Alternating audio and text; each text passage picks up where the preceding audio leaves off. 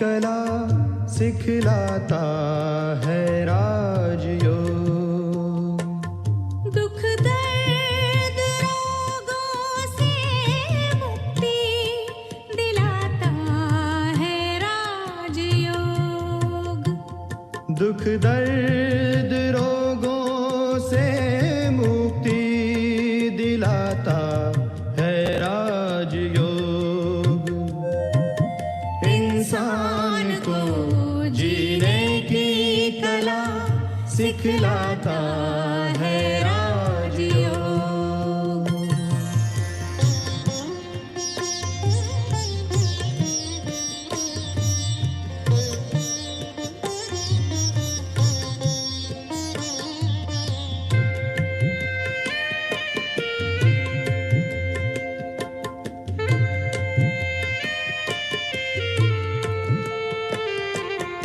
परम पिता की याद में मन को जो संतुलित करता है।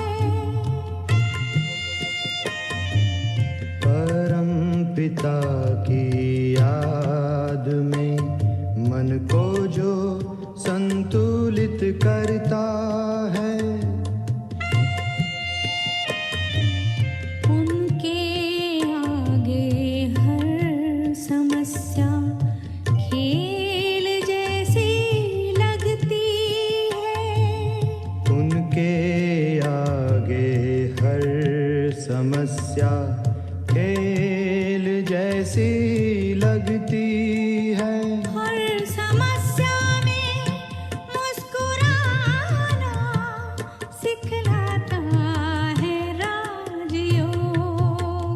हर समस्या में मुस्कुराना सिखलाता है राजयोग। इंसान को जीने की कला सिखलाता है राजयोग।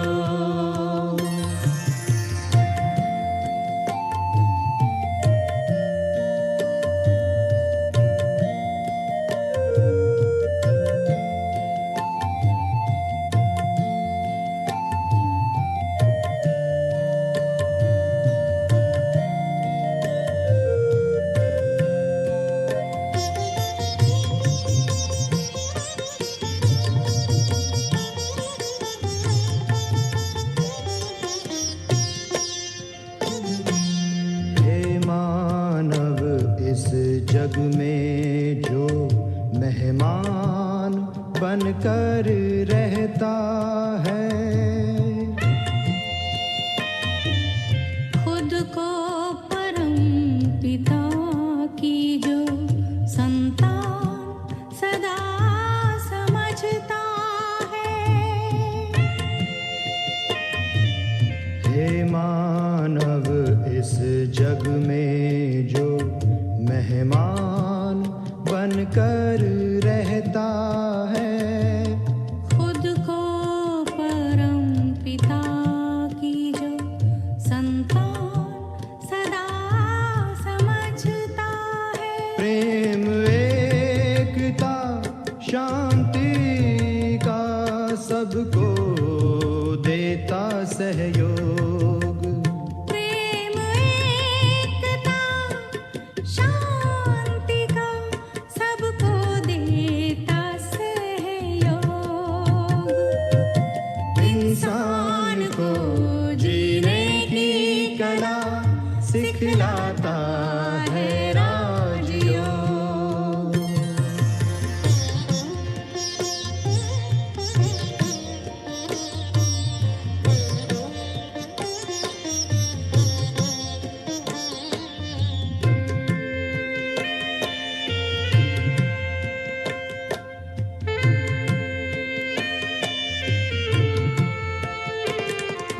सबसे बड़ी कला है मन को ईश्वर में लगाना।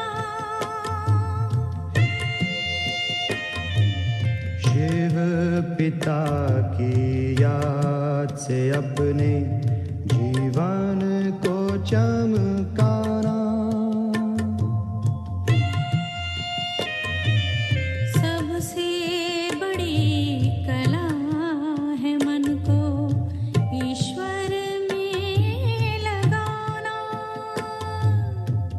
शिव पिता की याद से अपने जीवन को चमकाना। राजयोग से मिट जाते हैं जन्म जन्म के रोग। राजयोग से मिट जाते हैं जन्म जन्म के रोग। इंसान को जीने की कला सिखलाता है राजयोग। इंसान को जीने की कला सिखलाता है राजयोग। दुख दर्द रोगों से मुक्ति दिलाता है राजयोग। इंसान को जीने की कला सिखलाता है राजयोग।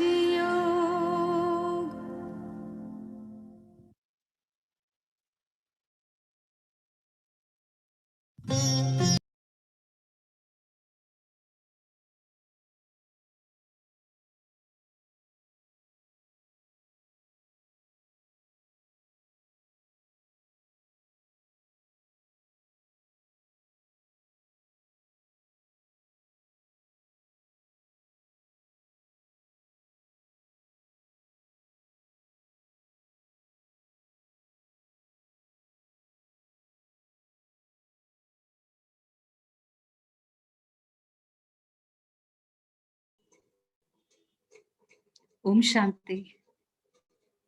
आप सभी का स्वागत है। दीदी आपका भी बहुत स्वागत है। मैं थोड़ा लेट हो गई हूँ सेशन में।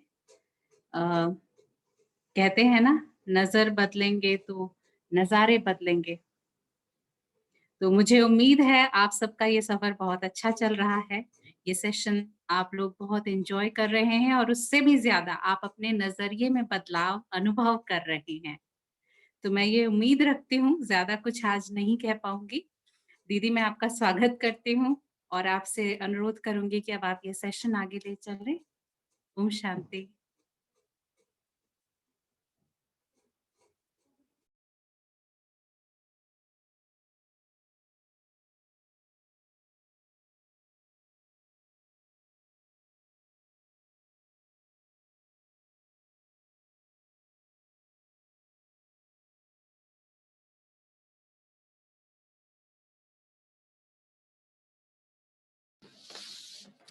ओम शांति।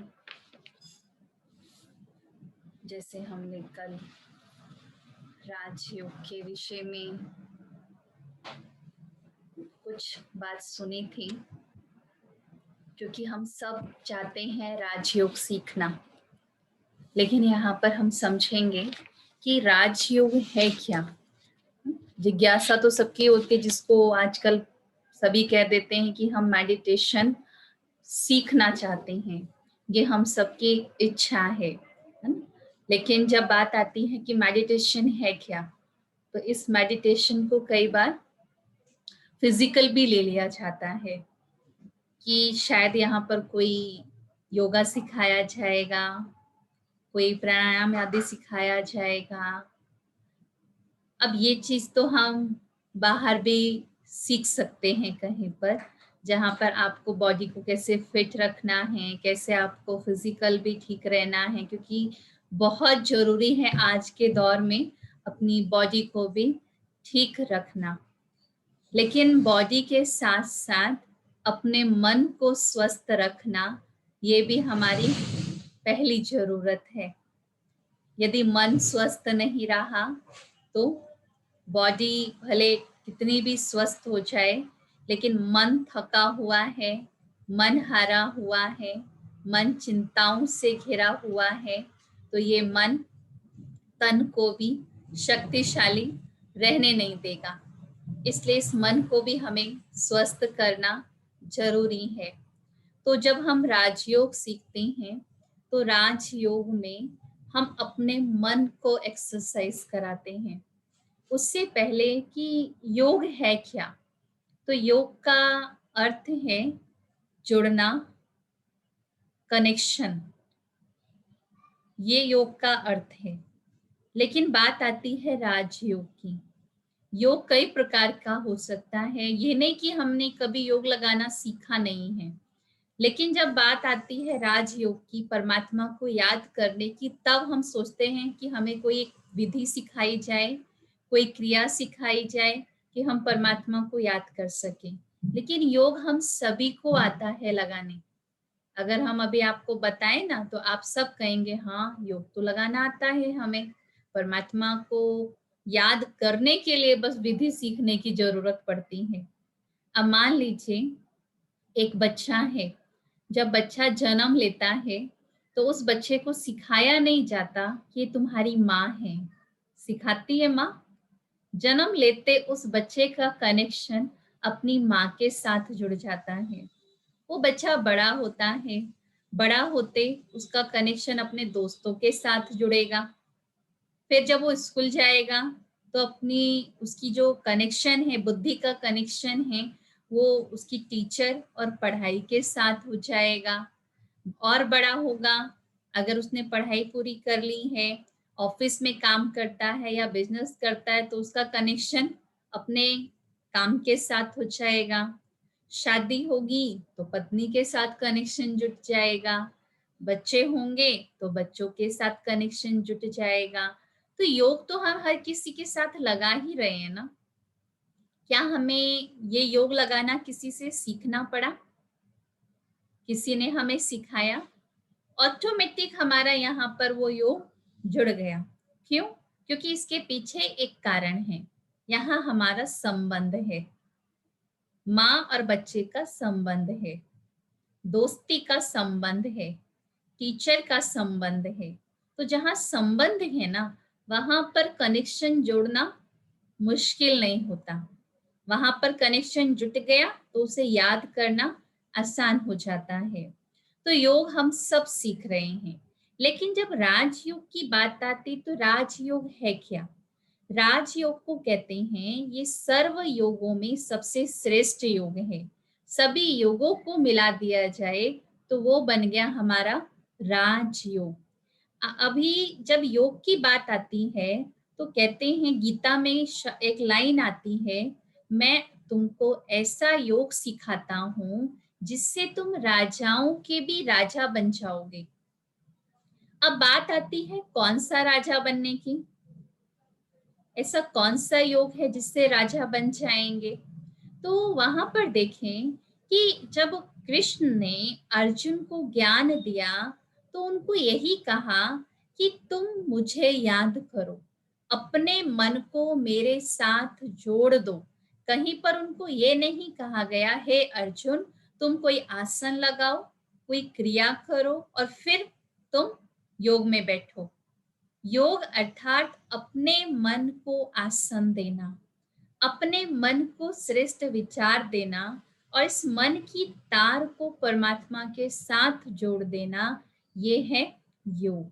लेकिन जब हम राजयोग की बात करते हैं तो राजयोग में जब इसको ज्ञान योग भी कहा गया है, इसको भक्ति योग भी कहा गया है, इसको हठ योग भी कहा गया है, इसे बुद्धि योग भी कहा गया है, इसे कर्म योग भी कहा गया है। लेकिन योग लगाने के लिए पहले ज्ञान भी तो चाहिए ना। हम ध्यान लगाने बैठ गए, लेकिन ध्यान हमें लगाना किससे है, कैसे लगाना है, यही नहीं पता, तो हम ध्यान कैसे लगाएंगे? इसलिए क्या कहते हैं, बिन ज्ञान ध्यान नहीं लग सकता, इसके लिए ज्ञान चाहिए। तो हम जो इतने दिनों से सुन रहे हैं मेडिटेशन के लिए, तो मेडिटेशन के लिए पहले हमारा जो बेस है वो है नॉलेज। हम पहले नॉलेज को सुनते हैं, नॉलेज के आधार पर हम अपनी बुद्धि को स्पष्ट करते हैं, फिर इस बुद्धि को हम परमात्मा के साथ जोड़ते हैं। कहा जाता है ज्ञान योग। ज्ञान योग अर्थात जब ज्ञान होगा तो मेरी बुद्धि का कनेक्शन परमात्मा के साथ जुटेगा। इस योग को बुद्धि योग भी कहते हैं। कहते हैं ना, बुद्धि कहाँ जाती है? जहां पर हमारा मन के संकल्प होते हैं, जहां पर हमारी कोई प्रिय वस्तु होती है तो हमारी बुद्धि भी वहीं खींचती है। तो इस योग में जब हमारे पास ज्ञान होगा तो उस ज्ञान के आधार पर हमारी जो बुद्धि है वो परमात्मा के समीप जा सकती है। तीसरा, इस योग को कर्म योग भी कहते हैं। कर्म योग अर्थात कि कर्म करते हुए परमात्मा को याद करना। परमात्मा हमें कर्म सन्यासी नहीं बनाता, परमात्मा आकर के हमें कर्म योगी बनाते हैं कि आप कर्म करते हुए मुझे याद कीजिए। अब उसे याद कैसे करें कर्म करते हुए? कहते हैं हम तो किचन में बहुत बिजी रहते हैं, हम कैसे याद कर सकते हैं उनको? आप देखिए, जब हम किचन में काम कर रहे हैं तो हमारे हाथ क्या है? बिजी हैं, लेकिन हमारा मन और बुद्धि तो बिजी नहीं है ना। हम मन और बुद्धि से परमात्मा को याद कर सकते हैं, उसे कहते हैं कर्म योग। हमें कोई अपने कर्म छोड़ने की जरूरत नहीं है, हमें अपने कोई कारोबार छोड़ने की जरूरत नहीं, चाहे वो ऑफिस है चाहे वो घर है, हम कर्म करते हुए परमात्मा को याद कर सकते हैं, इसलिए इसको कर्म योग भी कहा गया है। इस योग को हठ योग भी कहा गया है। हठ योग कैसे? अब हठ की बात आती है ना तो कई लोगों के मन में होता है मेडिटेशन सीखना है तो हम तो भाई कोई आसन नहीं लगा सकते, मेरी तो उम्र हो गई है, मैं कैसे कोई आसन लगाऊं, मैं तो एक जगह बैठ नहीं सकती, पैरों को भी मुड़ के नहीं बैठ सकती, कोई एक पैर पे खड़ा होने के लिए मुझे बोले तो भी मैं वो नहीं कर सकती। तो वास्तव में हठ तो करना है, लेकिन अपने संकल्पों का हठ करना है, अपने संकल्पों में दृढ़ता लेकर आना, ये हठ करना है। बाकी शरीर के साथ हठ नहीं करना कि शरीर को कोई कष्ट नहीं देना, ऐसा हठ योग परमात्मा हमें नहीं सिखाते हैं। तो जो राज योग है वास्तव में सभी योगों में सबसे श्रेष्ठ योग, जहां पर हम अपने मन को सुधारते हैं, अपने मन को हम सुमन बनाते हैं, अपने मन को हम श्रेष्ठ विचार दे करके इस मन को परमात्मा के साथ जोड़ करके परमात्मा की असीम प्यार को, असीम शक्तियों को अपने अंदर अनुभव कर सकते हैं। इसलिए इसको राजयोग भी कहा गया है। जब राजयोग में बात आती है कि हम संबंध कैसे जोड़े परमात्मा के साथ, जैसे कल हमने 4 आधार सुने, तो उस आधार में एक आधार था संबंध। लेकिन जब हम संबंध जोड़ते हैं तो संबंध के साथ समानता भी चाहिए, क्योंकि जहां पर समानता होती है ना वहां पर संबंध निभाना आसान हो जाता है। अब देखिए, मेरे और परमात्मा के बीच क्या क्या समानता है? गुणों की समानता है। मैं आत्मा ज्ञान स्वरूप हूँ, प्रेम स्वरूप हूँ, आनंद स्वरूप हूँ, शक्ति स्वरूप हूँ, और परमात्मा ज्ञान का सागर है, प्रेम का सागर है, गुणों में वो सागर है। तो गुणों की समानता भी है, हमारे रूप की समानता भी है। जैसे मैं आत्मा प्रकाश पुंज हूँ, ज्योति बिंदु हूँ, ऐसे ही मुझ आत्मा का जो पिता है ना वो भी ज्योति बिंदु है, प्रकाश पुंज है। तो हमारे रूप की समानता भी है। तीसरी समानता हमारे धाम की, हमारे घर की भी समानता है। जो मेरे पिता का घर है ना वो मेरा घर है। अब इन 3 समानताओं के आधार पर हम परमात्मा के साथ संबंध जोड़ सकते हैं, जिसमें कल हमने सुना कि परमात्मा को याद करने के लिए या किसी भी मनुष्य को याद करने के लिए ये 4 बातें जरूर चाहिए। सबसे पहला परिचय, दूसरा संबंध, तीसरा स्नेह और चौथा प्राप्ति। अब हम देखें कि जब परिचय की बात आती है तो परिचय जहां पर होता है ना वहां पर याद करने में थोड़ी मेहनत लगती है। अगर मान लीजिए आपके घर में कोई पार्टी है या कोई ओकेजन है, उसमें अगर आपको अपने परिचित को बुलाना है तो आपको क्या करना पड़ेगा? लिस्ट बनानी पड़ेगी कि कोई परिचित मुझसे छूट ना जाए।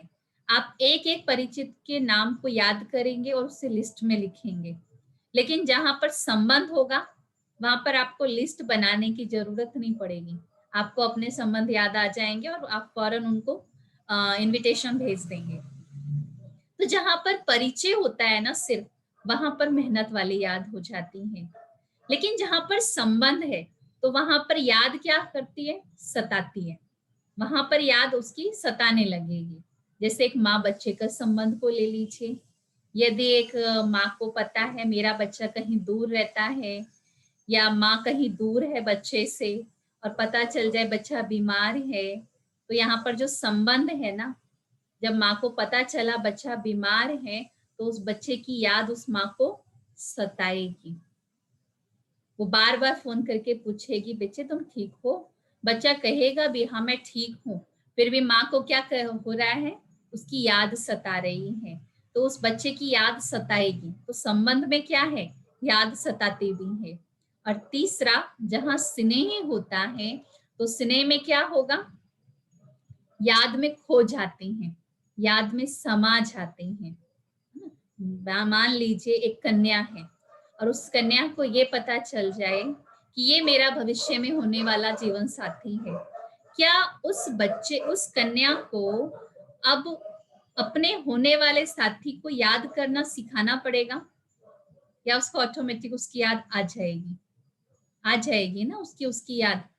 अगर वो बैठी भी हुई है या बैठे भी हुए हैं तो कई बार उनकी बातों में खो जाते हैं। और कई बार तो लोग आकर पूछते कोई यहाँ से गया है, तो क्या कहते हैं, हमने ध्यान नहीं दिया। तो क्या कहते हैं, अभी तो आप यहीं बैठे थे, आपकी आंखें भी खुली हुई हैं, लेकिन आपने उनको देखा नहीं, कहीं खोए हुए थे क्या? फिजिकली यही है लेकिन मन से कहीं और है। उसी अनुसार जब हमारा परमात्मा के साथ योग जुटता है, जब हमारा उसके साथ स्नेह होता है और उस स्नेह के साथ जब हम उसकी याद में समा जाते हैं, तो हम फिजिकली यहीं रहते हैं। कोई हम मेडिटेशन में हम फिजिकल यहाँ से कहीं और नहीं जाते, लेकिन बॉडी में रहते हुए अपने मन और बुद्धि से हम परमात्मा के समीप जाते हैं। उसे कहते हैं उसके प्यार में समा जाना। तो उसके साथ जितना मेरा स्नेह होगा उतना हम उसकी याद में समाएंगे। और चौथी चीज, प्राप्ति। जहां से मनुष्य को कुछ मिलता है, स्वार्थ के आधार पर मिलता है तो भी याद आता है, लेकिन जहां वो स्वार्थ पूरा हो गया तो उसकी याद भी नहीं आती, है ना। अगर मान लीजिए किसी व्यक्ति से आपको काम है, वो काम आपको कराना है, तो आप उसको बार बार फोन करेंगे, आप उससे मिलेंगे, आप उससे अच्छा व्यवहार करेंगे, लेकिन जब आपका काम पूरा हो गया तो सामने वाला व्यक्ति कहते हैं अब तो आप हमें फोन भी नहीं करते, है ना। देखिए स्वार्थ पूरा हो गया ना, प्राप्ति हो गई ना, अचीवमेंट हो गई। तो इन 4 प्रकार की याद में से देखें हमारी याद कौन सी है परमात्मा के साथ, भगवान के साथ मेरी याद कौन सी है। मुझे उसकी याद में मेहनत लगती है, मुझे उसकी याद सताती है, या मैं उसके प्यार में स्नेह में खो जाती हूँ, या मेरी याद उसके साथ स्वार्थ के आधार पर है। कई बार हम भगवान को ना स्वार्थ के आधार पर याद करते हैं कि भगवान जी मेरा ये काम कर दो तो मैं आपको याद करूंगी, नहीं करेंगे तो नहीं करेंगे, तो ये स्वार्थ वाली याद हो गई ना। कई बार हम भगवान को दुख से याद करते हैं। दुख से याद कैसे करना होता है, जब कोई हमारे जीवन में कष्ट होता है, जब हमारे जीवन में कोई समस्या आती है तो हम उसको याद करते हैं। जैसे मान लीजिए कि कोई व्यक्ति है, जब एक बार 2 व्यक्ति थे और वो आपस में बातचीत करना चाहते हैं, तो वो काम कर रहे थे, एक नीचे काम कर रहा है, एक ऊपर काम कर रहा है।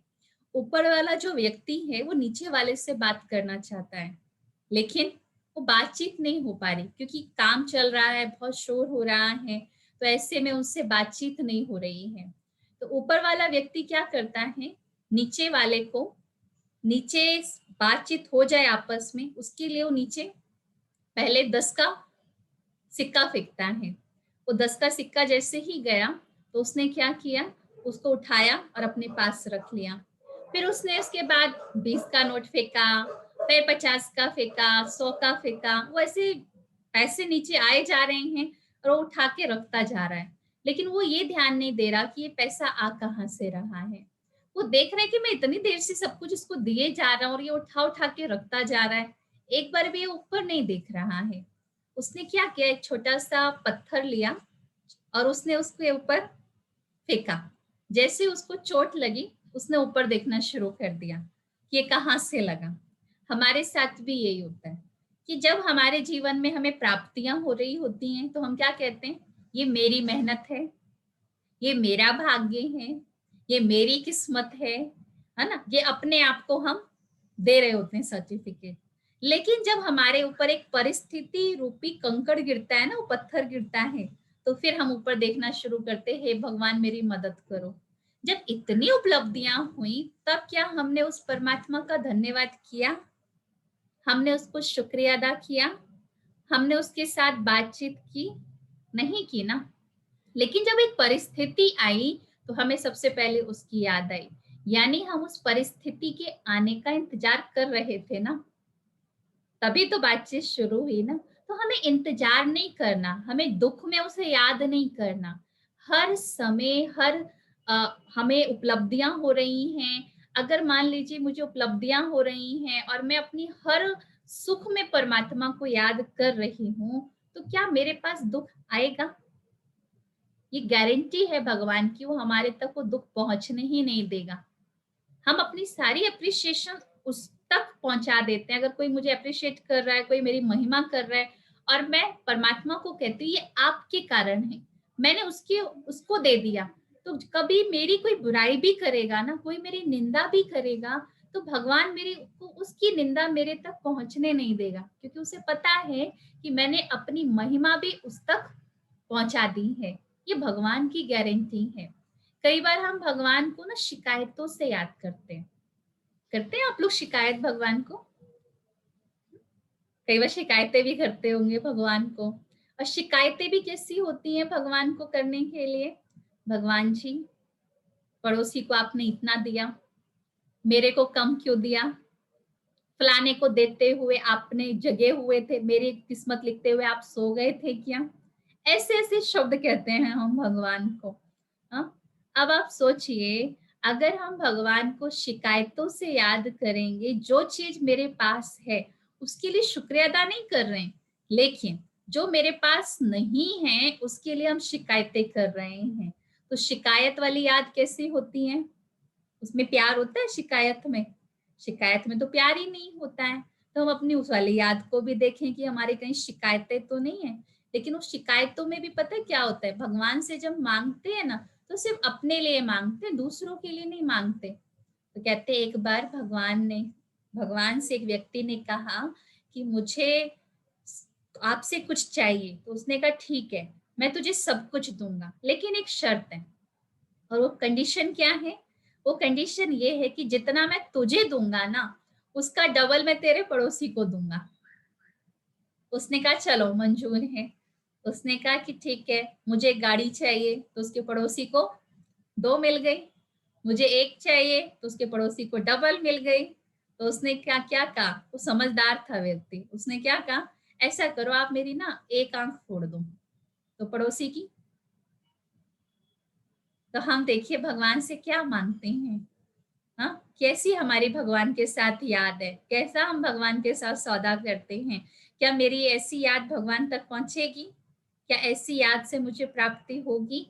ऐसी याद से मुझे भगवान से प्राप्ति तो नहीं हो सकती ना। कई बार हम भगवान को गलत संबंध से याद करते हैं। क्या कहते हैं, एक तरफ कहते हैं तुम ही हो माता पिता, तुम ही हो बंधु सखा, तुम ही हो। दूसरी तरफ जाकर कहते हैं मुझ नीच खल कामी क्रोधी में कोई गुण नहीं, मैं तो क्रोधी हूँ, मैं तो पापी हूँ, मैं तो नीच हूँ, मैं तो तेरे चरणों की धूल हूँ। अब आप सोचिए, एक तरफ जाकर कहते हैं भगवान तुम मेरे माता पिता हो और मैं तुम्हारी संतान हूँ, दूसरी तरफ कहते हैं मैं तेरे चरणों की धूल हूँ, मैं क्रोधी हूँ, मैं पापी हूँ। अगर एक बच्चा आपके पास आया, आपका बच्चा आपके पास आता है और कहता है डैडी आप बहुत अच्छे हो, आप ग्रेट हो, और अपने लिए कहता है मैं तो मूर्ख हूँ, मेरे अंदर तो कोई क्वालिटी नहीं है, तो पिता क्या कहेगा? पिता क्या कहेगा? उसकी बात सुन के खुश होंगे या कहेंगे तुम तो मेरी नाक कटवा रहे हो? हाँ, ये कहेंगे ना। खुश होंगे पिता उसकी कमियों को सुन के? अपनी बड़ाई सुन के और बच्चे की कमी सुन के पिता खुश होंगे? नहीं होंगे ना। वो क्या कहेंगे, नहीं हूं तो लायक बनो। हम भगवान के आगे जाकर क्या कहते हैं, हम तो धूल हैं तेरे चरणों की, हम तो तेरे दास हैं। अब आप खुद ही देख लीजिए, अब खुद ही आप चॉइस कर लीजिए, आपको दास बनना है या बालक बनना है, क्योंकि हम दोनों ही बातें उसके सामने कह कर आते हैं। बालक कहेंगे तो अधिकार है, दास कहेंगे, सर्वेंट कहेंगे तो अधिकार नहीं है। एक बच्चा खेल रहा है और खेलते खेलते कोई पूछता है ये गाड़ी किसकी है, तो बच्चा जाकर कहता है मेरे पापा की गाड़ी है, ये मेरी गाड़ी है। उस बच्चे को गाड़ी चलाने नहीं आती है, उस गाड़ी की कोई नॉलेज नहीं है, लेकिन फिर भी क्या कहता है ये मेरी गाड़ी है, ये मेरे फादर की गाड़ी है। वहीं पर गाड़ी को चलाने वाला ड्राइवर खड़ा है, वो रोज गाड़ी चलाता है, वो कहेगा ये गाड़ी मेरी है? नहीं कहेगा ना। तो क्या कहेगा, ये मेरे मालिक की गाड़ी है। अब हमें देखना है कि हम भगवान के बच्चे बनकर ये कहते हैं कि शांति मेरा अधिकार है, सुख मेरा अधिकार है, शक्ति मेरा अधिकार है, या ये हम कहते हैं कि मैं भगवान से सिर्फ मांग रहा हूं या मांग रही हूं। मांगेंगे तो थोड़ा मिलेगा, लेकिन अगर हम बच्चे बन जाएंगे तो पूरा का पूरा अधिकार हमारा हो जाएगा। सर्वेंट जब मांगता है ना, अगर उसे कुछ काम है, वो कहता है मुझे पैसे चाहिए, जरूरत है, तो पहले आप उनसे पूछते हैं क्यों चाहिए, किस लिए चाहिए। लेकिन बच्चे की जरूरत है, आप पूछेंगे, आप उसको जल्दी से जल्दी पूरा करेंगे, किसी भी तरीके से पूरा करेंगे। ये एक संबंध है कि जब मेरा भगवान के साथ बच्चे का संबंध जुट जाता है ना, कि भगवान मेरा पिता है और मैं उसकी संतान हूं, तो वहां पर हमारा अधिकार हो जाता है, हम भगवान से डायरेक्ट ले सकते हैं। ये कनेक्शन जुड़ जाता है भगवान के साथ में, इसलिए हम भगवान के साथ बहुत सुंदर रिश्ते रख सकते हैं। 6 रिश्ते कम से कम मुख्य, जो मनुष्य के बिल्कुल समीप के रिश्ते होते हैं, संबंध होते हैं, उसमें सबसे पहला संबंध आता है माता पिता का संबंध। दूसरा संबंध टीचर का संबंध। तीसरा सतगुरु का संबंध। गुरु और टीचर में अंतर होता है। टीचर हमें बाह्य ज्ञान देता है और गुरु हमें आत्म ज्ञान देता है, जो परमात्मा के साथ हम कनेक्ट हो सकें। तो तीसरा सतगुरु का संबंध, और चौथा संबंध दोस्त का संबंध, और पांचवा संबंध परमात्मा को हम अपना कंपेनियन, जीवन साथी भी बना सकते हैं। और छठा संबंध कि मैं भगवान की माँ हूँ और भगवान मेरा बच्चा है, ये हम परमात्मा के साथ संबंध जोड़ सकते हैं। पहला संबंध माता पिता का संबंध। माता पिता को हम क्यों याद करते हैं? क्योंकि माता पिता हमें जीवन में शिक्षाएं देते हैं, उन्होंने हमें कदम कदम पर अच्छाई और गलत का फर्क बताया है, और हर वक्त क्या कहा, मैं तुम्हारे साथ हूँ, है ना। माता पिता ही एक ऐसा कहते हैं। उसी अनुसार हम भगवान को भी अपना माता पिता बनाएं। ये ऐसा माता पिता है जो कदम कदम पर हमारी मदद करेगा। ऐसा नहीं, दुनिया में संबंध तो ऐसे होते हैं कि आपके पास सब कुछ है तो आपके साथ हैं, और आपके पास परिस्थिति आई तो वो क्या कहेंगे हम आपको नहीं जानते, या आपके साथ वो कनेक्शन कम कर देंगे। लेकिन भगवान मेरा ऐसा माता पिता है, जब हम सब कुछ ठीक है तो हमारे साथ साथ चलता है, और जब कोई परिस्थिति आती है तो वो हमें अपने कंधे पर बिठा लेता है और उस परिस्थिति से सहज ही पार करा देता है। जब कोई परिस्थिति आती है तो लोग यही कहते कोई बात नहीं, हिम्मत रखो, धीरज रखो, सब ठीक हो जाएगा। लेकिन उस परिस्थिति को पार करने की शक्ति कौन देता है? तो परमात्मा दे रहा है ना, जो इतने सूक्ष्म रूप में दे रहा है, हम उसे महसूस नहीं कर पा रहे हैं। लेकिन इतनी बड़ी परिस्थिति आई, ऐसा एग्जाम आया, लेकिन उसको क्रॉस करने की जो शक्ति थी वो परमात्मा ने हमें दी है। इसलिए हम परमात्मा को अपना माता पिता बनाएं और उसके प्यार के, उसके सहयोग का हम अनुभव करें। दूसरा संबंध टीचर का संबंध। दुनिया में सबसे सुंदर संबंध होता है टीचर और स्टूडेंट का संबंध। निस्वार्थ संबंध है ये भी, यहाँ पर भी कोई स्वार्थ नहीं है। टीचर अपना जीवन भर का जो ज्ञान है वो एक स्टूडेंट को देता है, और एक यही आशा रखता है कि मेरा विद्यार्थी मेरे से भी ऊंच जाए। कई बार माता पिता नहीं पढ़ाना चाहते बच्चों को, लेकिन टीचर को बच्चे की योग्यता पता है और वो योग्यता के आधार पर उस बच्चे को पढ़ाता है। और जब वो बच्चा लायक बन जाता है ना, तो वो माता पिता से पहले उस टीचर से मिलने जाता है, क्योंकि उसने उसके जीवन को समझा। उसी अनुसार परमात्मा भी हमारा सुप्रीम टीचर है, जो आकर के हमें सृष्टि के पास्ट प्रेजेंट फ्यूचर का ज्ञान देते हैं, और उस ज्ञान के आधार पर हम अपने जीवन को श्रेष्ठ बनाते हैं। तो परमात्मा हमारा सुप्रीम टीचर हुआ। तीसरा संबंध परमात्मा के साथ सतगुरु का संबंध। कहते हैं गुरु के बिना गति सदगति नहीं होती, लेकिन वास्तव में परमात्मा गुरुओं का भी गुरु सतगुरु है, जिसे सारी दुनिया याद कर रही है। वो आकर के हमें सत ज्ञान देते हैं, और उस सत ज्ञान से हम अपने जीवन को पवित्र श्रेष्ठ बना करके अपने कर्मों को भी हम श्रेष्ठ बनाते हैं। लेकिन परमात्मा जब हमें ज्ञान देते हैं ना, तो उसके लिए हमारा जो बर्तन है ना, वो स्वच्छ होना चाहिए। कौन सा बर्तन? ये बुद्धि रूपी बर्तन स्वच्छ होना चाहिए। कहते हैं ना कि अगर आपने अमृत का प्याला भर लिया, लेकिन अगर उसमें एक बूंद भी विष का पड़ गया, तो वो अमृत नहीं रहा, अब वो विष हो गया है। भगवान भी सबसे पहले आकर हमारे इस बुद्धि रूपी बर्तन को स्वच्छ करते हैं। कहते हैं एक बार एक महात्मा थे, वो बहुत विद्वान, बहुत ऊंचे तक उनकी पहुंच थी, और बहुत उनका नाम था कि किसी को भी आशीर्वाद देते हैं ना, वो आशीर्वाद फल जाता है। तो उसी राज्य में एक राजा को पता चला कि ये महात्मा बहुत ऊंचे हैं, तो क्यों ना इनको बाहर से कुटिया से उठा करके महल में लेकर आया जाए। और स्वार्थ था कहीं ना कहीं कि इनके आशीर्वाद से मुझे भी बहुत फायदा होगा। तो उन्होंने कहा कि ठीक है। राजा ने महात्मा जी को बुलाया, महात्मा जी आए, महात्मा जी को कहा कि आप मुझे आशीर्वाद दीजिए। तो महात्मा जी ने कहा ये लो कमंडल, और इसके अंदर पहले स्वर्ण मुद्राएं डाल दो। तो जब उस कमंडल को देखा तो कमंडल बहुत गंदा था। तो उन्होंने अपने सेवक को कहा कि आप इसे साफ कराइए, फिर इसके अंदर स्वर्ण मुद्राएं डालें। फिर वो साफ करके उसके अंदर डाले गए सिक्के फिर राजा को, महात्मा को दिया गया। महात्मा लेकर के चले गए, लेकिन वो आशीर्वाद नहीं दे गए। तो राजा ने कहा आप हमें आशीर्वाद तो दीजिए।